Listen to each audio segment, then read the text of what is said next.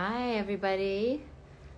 I hope you're doing well today on this, is it Tuesday? No, it's Wednesday in Ramadan. Apologies in advance. Those of us who are Muslim and we're fasting, we can understand like the fasting brain where we haven't had, water or food, since for us in New York, it was like 5 o'clock this morning or earlier. So I'm excited to talk about Ramadan and mental health challenges because as a therapist, I work with so many, people of all different backgrounds, religions, ethnicities, etc.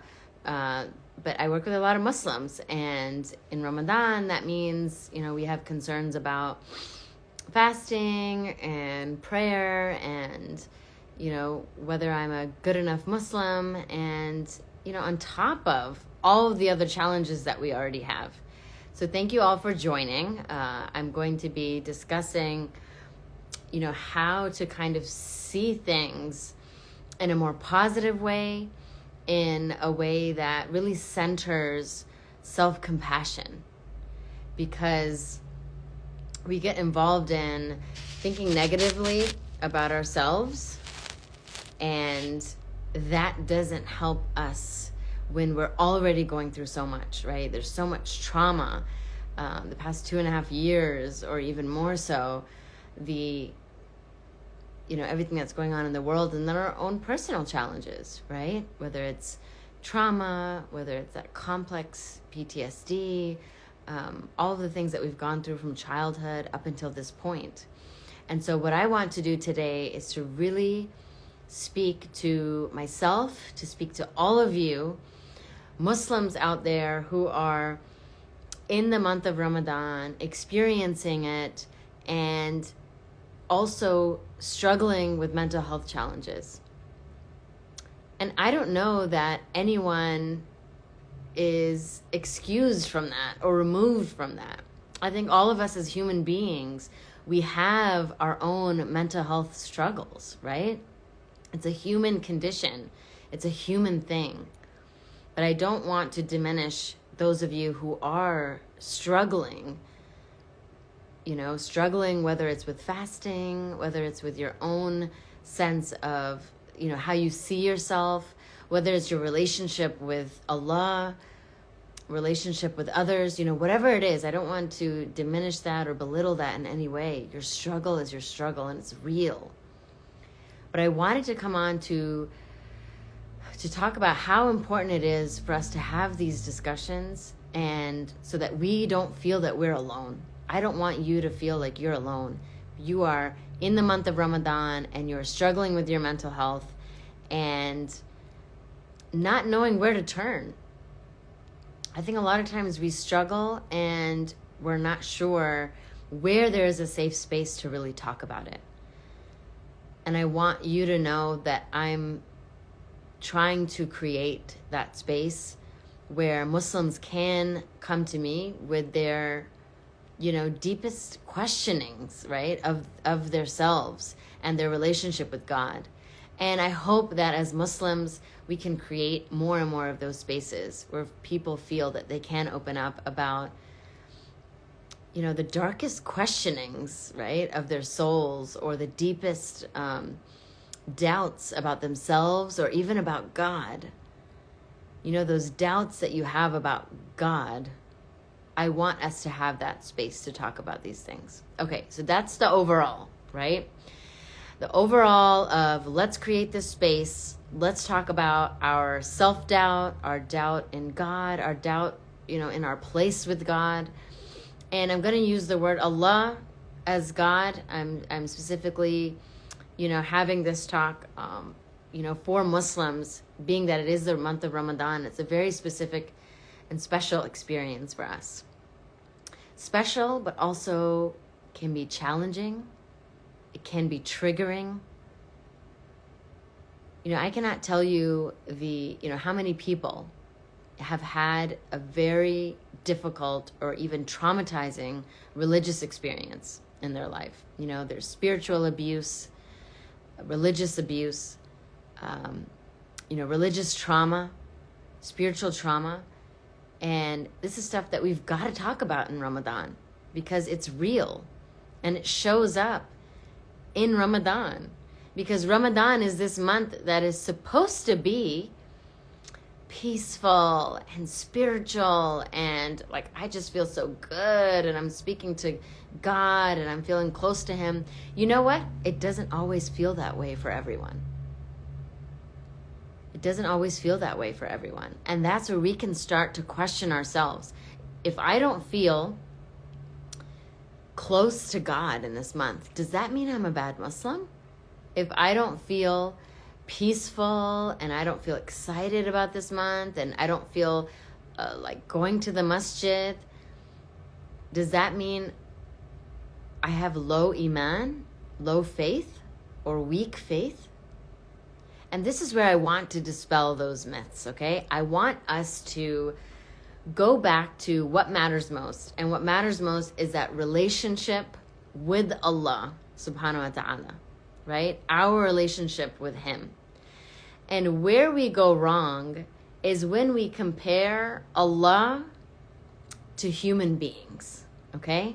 When we compare Allah to human beings, that if a human being is upset with me, or, you know, they don't want to talk to me or they're frustrated or they're upset, I may get ignored. I may get a door slammed at me.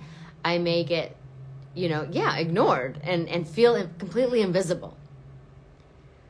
Allah is not a human being. And Allah's door is always open. And I want you to also think of it as not even a door, because a door can be slammed shut. A door can be closed.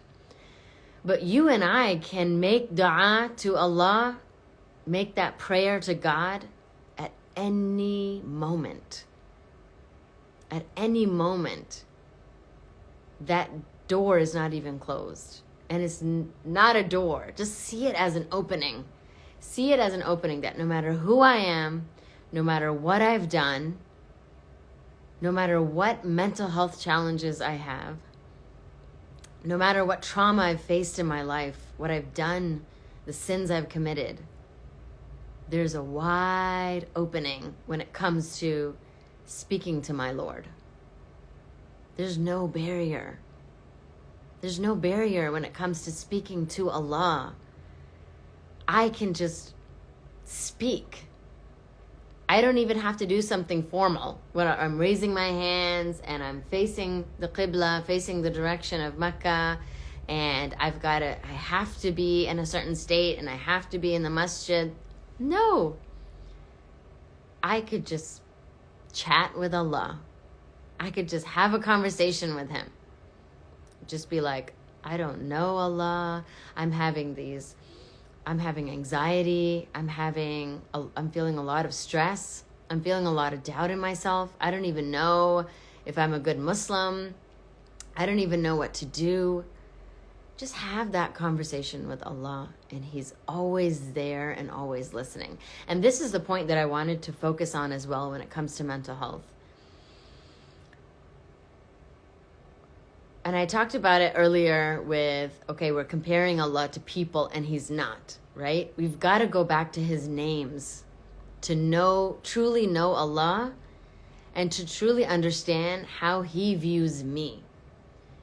So many times those negative beliefs come in as like, I'm not deserving of standing in salah because of everything that I've done. I don't deserve to raise my hands and pray to Allah and ask him for anything because of everything that I've done. What we're forgetting is how Allah views me. And how does Allah view us? That no matter what we've done, Allah says that we can turn to him and we can ask for forgiveness and he will forgive us. It doesn't matter what you've done. And so Allah gives us those chances, and even more so in Ramadan, right? But I don't want to focus on blessings or that too much, because we have all kinds of talks on that. Alhamdulillah, we have plenty of stuff on that. I want to focus on when our inner critic, when that inner voice makes us doubt Allah's love for us. I want you to focus on the name of Allah Al-Wadud. Okay? It is the most loving. Allah's love for us is unconditional and it's complete. And He loves us no matter what. And so we've got to focus on that when we are turning to Allah, when we are standing in prayer, when we are just trying to get out of bed in the morning, is that love of His. It's something called the husnul dhan billah, right? Having that good opinion of Allah. Because when we have that good opinion of Allah, it translates to how we view ourselves. How we view ourselves is directly correlated with how we view Allah. And so let's focus on His love for us, His forgiveness, His mercy. And I'm not saying forget about the wrath and forget about the punishment and forget about all that stuff, because that's there. But if you are feeling low about yourself and questioning yourself, we've got to focus on mercy. We've got to focus on love. It's how Allah views you, that you are inherently worthy. He created you for a purpose. And His mercy is His mercy and His blessings and His forgiveness and His love is showering upon you, even in this very moment. So I want you to take that as a foundation. As a foundation, that when you start to question yourself and your worthiness, and whether you're worthy enough to go to the masjid or to stand in front of Allah or to ask Him for anything, I want you to focus on Allah instead of your doubt in yourself. I want you to focus on how infinitely merciful He is, and how giving and loving that He is towards you. That even though I may see myself as low, Allah doesn't see me that way. And I have every chance and every moment to turn back to Him. That's one piece. The next piece is the mental health piece. And I want each and every one of us who struggle with mental health challenges, because it's more of us than we care to admit, and I'm one of them, that we struggle with mental health challenges. I want us to focus on our mental health challenges is not a reflection of our iman. Let me say that again. Our mental health struggles, our mental health challenges is not a reflection of our iman. And whether it is low, whether it is high, whether it is, it's worthy enough or good enough, it is a mental health challenge. And we could have the highest state of iman, a person in the darkest depths of depression. And I'm telling you because I work with so many phenomenal human beings. And I'm telling you, this is real. So do not think even for a moment that if I struggle with my mental health, especially in Ramadan, or maybe even more so in Ramadan, because it can be a trigger, because we've been hearing spiritual trauma, or we've been experiencing spiritual trauma and hearing spiritual abuse for so long, we're going to be questioning our iman. That if I don't feel like getting up to pray, that I'm somehow not a good Muslim. And it's not true. Because the mental health challenges are not what's wrong with you. It's something wrong happened to you. There is nothing wrong with you. These mental health challenges come from trauma. Attachment trauma, childhood trauma, developmental trauma, intergenerational trauma. And so we're up against so much. And people forget about the pandemic trauma, right? That we're still in. And so all of this to say, to have compassion for yourself. Whenever that negative belief or that negative thought comes up is that I'm not a good Muslim, or I'm not a good enough Muslim, or I have low iman, challenge that thought. And I know it's easier said than done. But lean into support. Lean into people who will remind you of that. Lean on people who will remind you that you are worthy and you are amazing and that there's nothing wrong with you if you don't feel like getting out of bed in the morning and you do not have low iman because you're finding it difficult to fast or difficult to pray. Ramadan and fasting and prayer and everybody talking about the joys of Ramadan and how peaceful it is, all of these can be triggers for somebody who's gone through any type of spiritual trauma, religious trauma, anybody who has that inner critic of not good enough, not Muslim enough, not religious enough. These are all triggers. And when there's a trigger, so when you understand trauma, when there's a trigger, there's a symptom that comes out of it. So somebody asked earlier, what are some tips for anxiety? Anxiety is a symptom of trauma, right? And so that trigger that comes up, and it could be anything. It could be an adhan. It could be seeing the Quran. It could be hearing the word Allah, like just based on spiritual abuse that we've may experienced in the past, religious trauma, negative, judgment, all judgment is negative, but I mean negative belief systems and then judgment, like, oh, your hair is showing, or your, why aren't you reading Quran, or, why are you wearing that, or looking like that, or any of that kind of stuff. So if we've heard that, then anything religious can be a trigger. And that trigger will lead to body symptoms, right? Our heart rate can increase. We can feel that, whatever it is, anxiety. It can be that anxiety. It can also be the depression, right? So we talk about hyper arousal, the anxiety, the fight or flight response, the racing heart, sweating palms.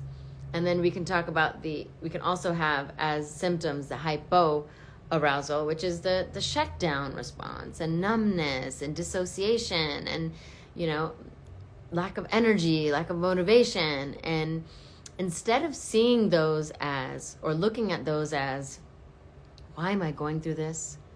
I must be weak. I must not be strong enough. I must not be Muslim enough. Because that is not fair to you. That is not fair to you. You have gone through so much, and that response is your body and your mind and your soul reacting to that trauma and trying to protect you. Trying to protect you. It's an appreciation of self, an appreciation of my body, an appreciation of my nervous system that is signaling to me that I don't feel safe. My body, my nervous system, my brain, it's giving me these signals. That depressed response, that anxiety response, that anger, that frustration, that irritation. These are all signals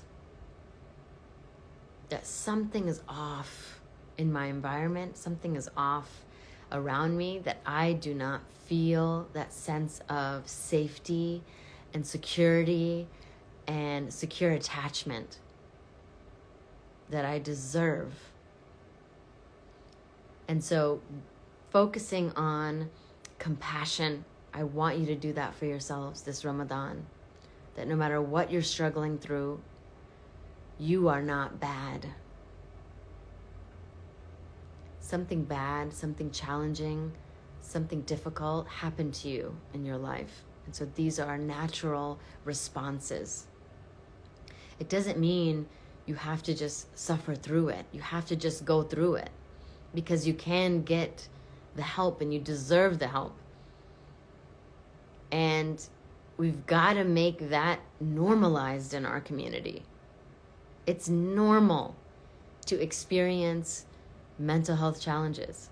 It is a human condition. It is normal to struggle through triggers and difficulties during even the month of Ramadan. It is normal and it is human. And it is brave to face it. It is brave to reach out and to say, hey, I'm struggling and I need some support. You deserve that support. So lean on that support, whatever it looks like for you. If you've turned to a scholar or a sheikh and you felt worse after speaking to them, continue to find support. Continue to find that scholar or that religious leader who understands mental health, who has studied mental health, who's taken mental health training, and who knows how to speak to someone who is traumatized, who has gone through trauma. We need these spaces, these religious spaces, to be trauma-informed so that people can go to masajid, mosques, and they can go to religious leaders and feel a sense of support and comfort and feel better coming out of that. And so if you are in that month of in this month of Ramadan and you are struggling with your mental health, please don't struggle alone. Reach out to a Muslim mental health professional. Reach out to a scholar, a religious leader who has studied mental health and is trained in mental health and trauma. And I know it's not always easy to find, but continue to reach out. And most of all, what I wanted everyone to get out of this is to be kind to yourself. Be kind to yourself. When those negative thoughts come up, that is, I'm not a good person, I'm not a good Muslim, I don't have iman, maybe I committed this sin, maybe I drank alcohol in the past, maybe I, engaged in drugs, maybe I had relationships that I wasn't proud of, maybe I don't wear hijab, or I don't read the Quran, maybe I haven't picked it up in so long. Please be kind to yourself, because we are all struggling and it is not easy at all.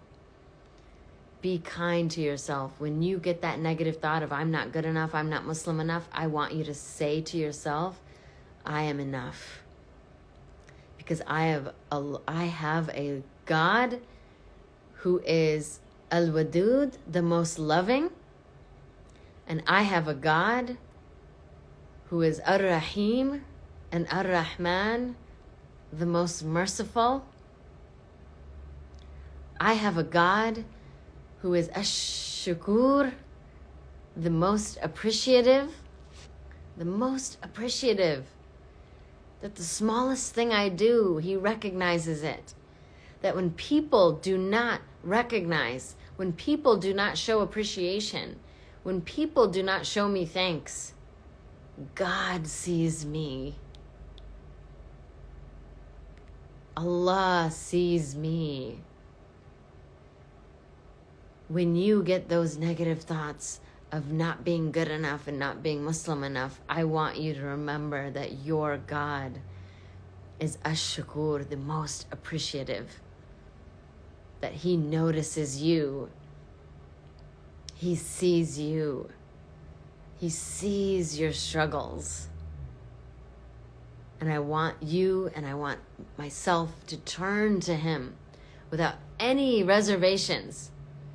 That no matter what I've done, no matter who I am, no matter what I struggle with, no matter when the last time I prayed was, to just raise my hands and to say, oh Allah, I'm struggling. The prayer of Musa alayhi salam, that I'm in need of whatever good you can send my way.